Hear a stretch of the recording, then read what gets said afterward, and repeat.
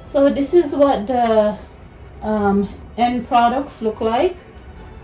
I got like 2, 4, 6, 8, 10, 12 bottles of half a quart of lentil chicken soup, and I had to process it 2 different times because the canner I have wasn't tall enough to put on top of each other, put them on top of each other. I do have a bigger canner, but I'm just so lazy to go out and take it out. So that's why I process them 2 different times. I have the Presto canner. That's the one that I use more often because it's lighter and more easy to clean. And I have the American canner. That one is way bigger and it's heavier and it's harder to clean because of that reason. So this is what they look like.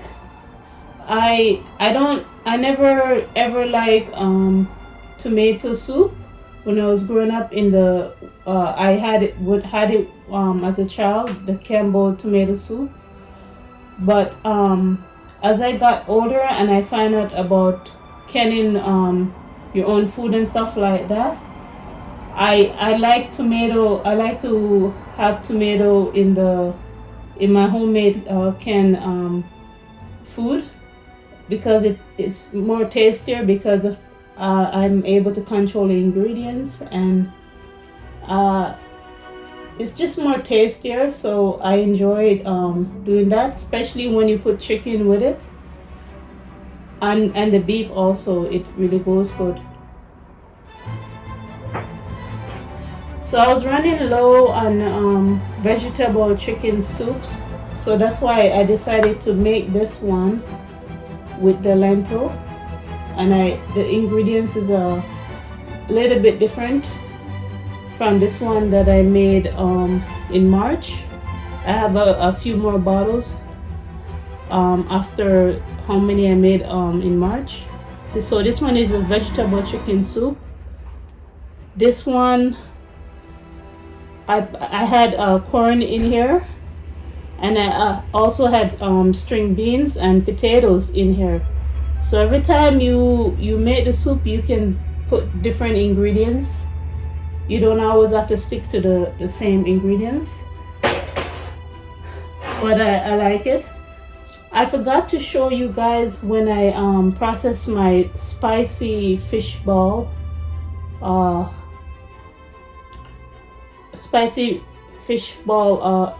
in the bottle. I forgot to show you the meat.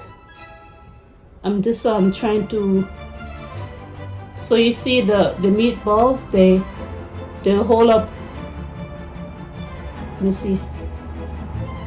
Yeah, I'm trying to make you guys see that they hold up really good. They didn't mush fall apart or anything like that. So it's definitely a keeper. Hopefully it tastes good. I think it does, but it's definitely easy to make. I like to try to not buy pre-made meat and stuff like that because of the information that I know. There's actually a way to grind up your own meat and stuff like that.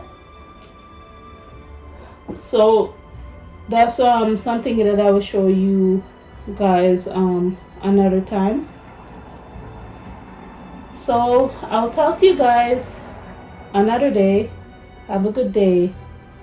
Bye.